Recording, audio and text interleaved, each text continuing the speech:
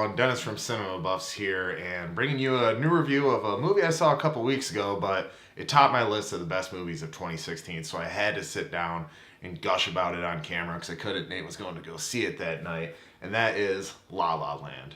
For those of you who aren't familiar with the movie, La La Land is the story of a struggling jazz pianist, played by Ryan Gosling, who meets and falls in love with a struggling actress, played by Emma Stone. And just that alone, the musician and the actress, is just one of the many ways that this movie is a blend of love for music and movies. It's a big reason why I'm a fan of musicals in the first place. It's a blend of two of my favorite things, movies and music.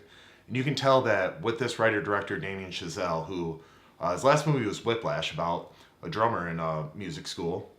And going into this one, you can tell that this man has just such a deep appreciation for music and cinema and the blending of the two. And I think that he pulls it off so well in this. It's a good throwback to 50s musicals.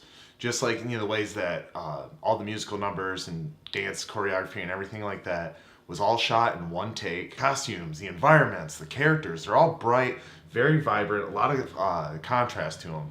And there's even these moments in the movie where you can clearly see that this exterior was shot in a studio, and where like normally that would take me out of a movie. Like that's kind of my beef with a lot of these superhero movies where it's like they're outside doing something. It's clearly there's a green screen behind them, and the way they're lit, you can tell that they're not really outside. But with this movie, it was intentional, and it enhanced the movie as opposed to taking me out of the experience. And yes, the music definitely carries this movie, but what really carries this movie is the romance, the budding romance between Ryan Gosling and Emma Stone.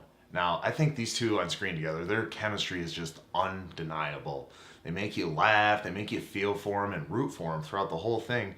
And not only do they have good chemistry, but this relationship that they go through is realistic and relatable. It's not one of those like love at first sight, sweeping you off your feet. Like, in fact, the first interaction with the two is kind of confrontational and angry, but that's what just makes this movie great, that, it's not a perfect relationship, and it's not one of those kind of, we're stuck in this together situation, forced relationship, like kind of how I felt with the movie we reviewed before, Passengers, where it's like, it wasn't believable, it wasn't relatable. And what makes it more relatable and believable is that their connection, and their connection is that these two are dreamers. They have these big dreams.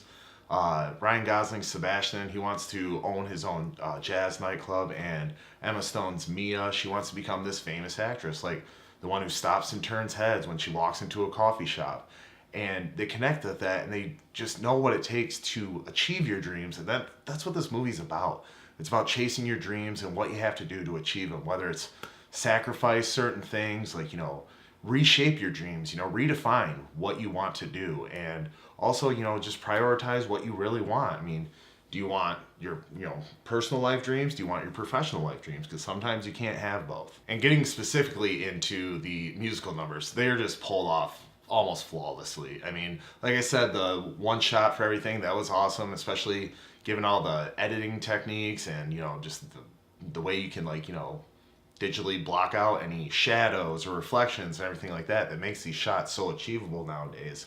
And the musical numbers are great. The dancing's good. The choreography's really good. And something that Nate pointed out to me after he saw the movie is that choreography was great, but it wasn't like perfect.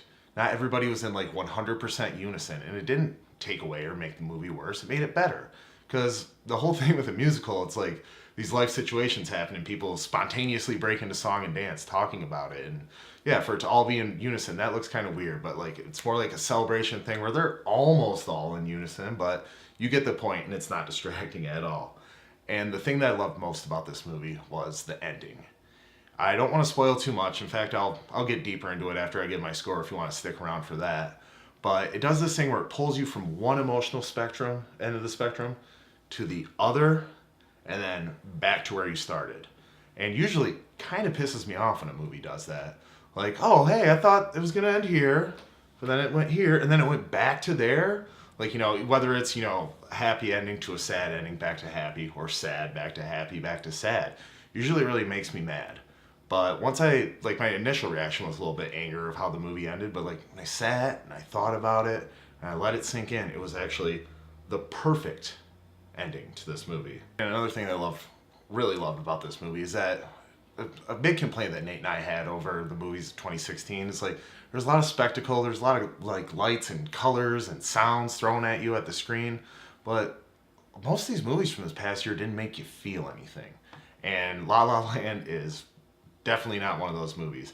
This does make you feel. It makes you want to fall in love. It makes you want to move to LA and pursue your dreams. It makes you want to get into jazz music, you know? It makes people like Nate and I, these are the kind of movies that make people want to become filmmakers cuz like I said in our best of 2016, this movie is an achievement.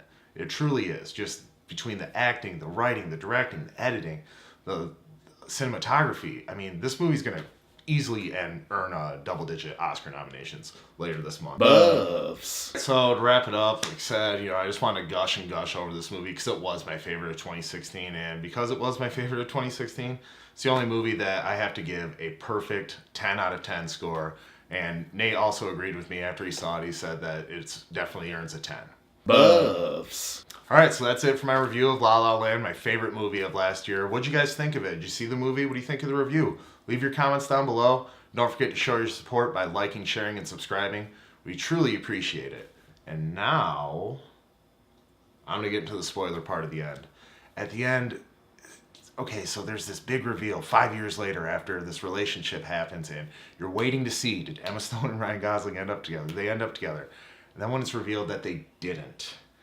Like, I was in the theater, and there was a woman behind me when they revealed that they weren't together. She vocally out loud, "No!" behind me, and I smiled a little bit because that's exactly what went off in my head when I saw that they weren't together. And then they go to the club that Ryan Gosling owns. Now, Emma Stone achieved her dream of becoming a famous actress. Ryan Gosling achieved his dream of owning this big jazz nightclub. But they had to sacrifice the dream of them being together to get there. And so when they see each other again, he plays the song, the theme that plays throughout the whole movie. And you get this great musical montage of the start of their relationship and everything's going perfectly. And like I said before, when a movie kind of screws with you at the end with the ending like that, you know, it's sad they weren't together, and that makes you happy because you see how their relationship was perfect, and it gets you thinking like, was the movie like bullcrap and this is what really happened? They ended up together? Like, awesome! And then it cuts back to when they're at the club again at the end. And he just sees her and he plays that song, but you realize that it's the dream that he has in his head when he plays their song.